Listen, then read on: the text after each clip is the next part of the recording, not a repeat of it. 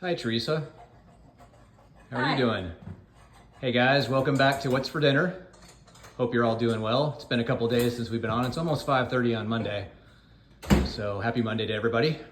What do we have going on here tonight, hon? Yeah, we have burgers. Yes, our favorite. So these are from some friends of ours that are ranchers. So we bought some beef from them, and then Teresa's have the American cheese on them, and mine have the baby Swiss cheese. And we cook them in a pan, but then we put them in a gas grill to cook them, just to control the grease a little bit. And then we air fried in our well-loved air fryer, our Instant Vortex Pro. We got it on Amazon. We air fried some chicken wings that we got from Harder House. Yeah. And then Teresa is scrambling up some, are these farm fresh eggs today? They are not. They're store-bought. Okay, so she's frying up some scrambled store-bought eggs.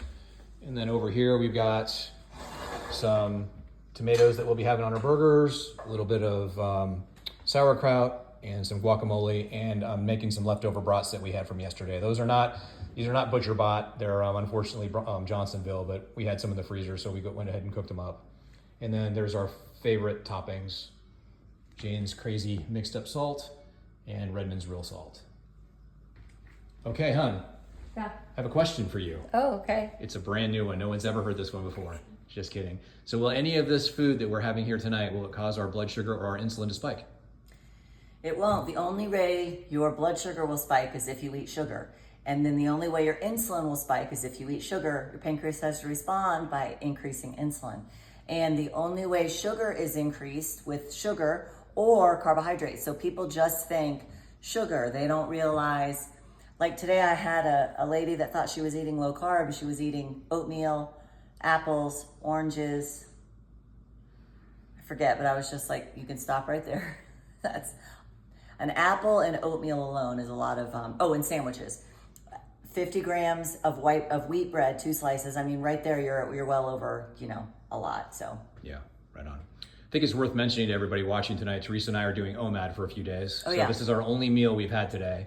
And we're doing it because, not for the usual, we're not doing it for, to go with our way of eating or anything. We're doing it as part of our fasting and prayer. Yeah. We're gonna do it for a few days.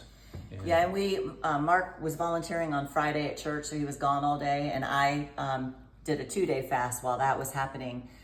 Both our boys need a prayer answered, and we're praying for Janie, whose surgery was successful today, so she is in the ICU. And Janie's one of our team members at the Yeah. office. She works the front desk, so I'm at the front desk now covering for her while she's recovering from that.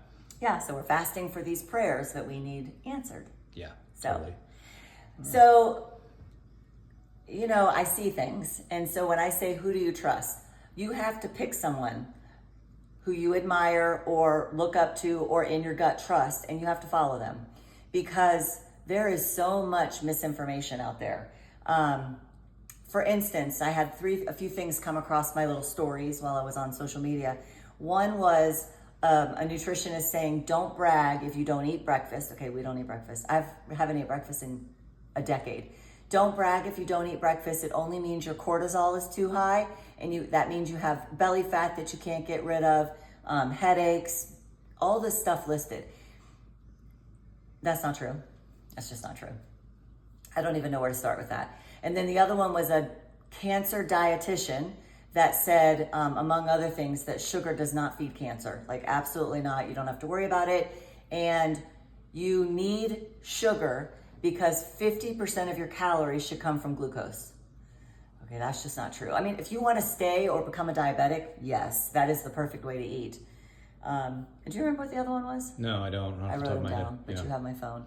But anyway, I said to Mark, I can see why people are so confused because it's confusing. There's a few things that I know without a doubt. One is I will never take a statin, a cholesterol lowering medicine. I know without a doubt that you would have to put a boot on my throat to make me take that. So there are just, sometimes things can get confusing, but also there are absolutes. Like, I know I feel better. I know my numbers are better. I know I reversed my diabetes. I know I reversed my fatty liver. I know my anxiety's gone. Like, these things are measurable and important things. So, but once you go to your provider and tell them, which, by the way, this is not medical advice. You got to go ask your provider, but you got to make sure your provider had extra training in hormones or metabolic health, which is what we talk about here. You go ask your provider and they're like, you're going to die. Yeah. On like whose authority Yeah. and what studies?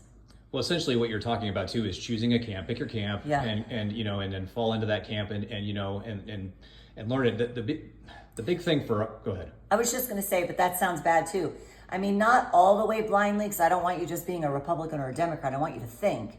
But yeah, pick a camp. So what the caveat was that I was getting ready to get into was to educate yourself while you're doing it. And we've been doing this for a while in the low carb kind of community, keto, carnivore. And what we like about this community is it's backed heavily by science. We go to conferences, we meet people, and there is not a single way of eating out there, or diet, if you will, that has the amount of history, the amount of success, and the amount of studies, like legitimate studies done on a thing, keto, low carb, carnivore, whatever you want to call it. Yep. And back in the 30s and 40s, there are books written on how to eat for diabetes, and it's low carb. I don't know if it's called low carb, but it's, you know, and it's been around since the dawn of time for seizures. Well, what we're trying to tell you guys is that, you know, this isn't necessarily the way to do things. It's a way to do it. Yeah. And it's a way that we've found it has a lot of science to back it. And Yes. I feel like, I mean, just about everything we talk about, if someone was to come and counter it, and some people have, and, you know, and they're being polite about it on, you know, and whatnot, but people will come on and counter and make comments and stuff. And I just feel like the science backs us up and we're able to counter those arguments, you know, with science. Right. And we have many testimonies. We have testimonies of ourselves. All the people in this space have so many testimonies. And like Dr. Eric Berg, many of you know him on YouTube, and he talks about keto and cholesterol and all the things. He's also one of my go-to guys besides Ken Berry. He's also super tall like Ken Berry. But he came out on YouTube and said, today it's done, like it's here. YouTube is labeling his stuff. He has 11 million followers as misinformation. Wow. Yeah, that's tough. Misinformation. Yeah. Wow. So they don't want you having the right information. And if you just worry about your day-to-day stuff, which is important too, but you're going to falter because no one is advocating for you except people like me that, you know. Yeah, and that's another good point. It brings up a good point, is that following people who are, how do I say this? You know, you've got these people like Dr. Tro, Dr. Brian Lenskis, you know, and they're like pioneers in the field, and they put their neck out, and they're, you know, I mean, their practice is built around it, but they're not selling snake oil online. They're trying to help people, and they do a lot of stuff for free. We do a lot of stuff for free in the metabolic health side of things. You know, we're just trying to get the information out there for you to use.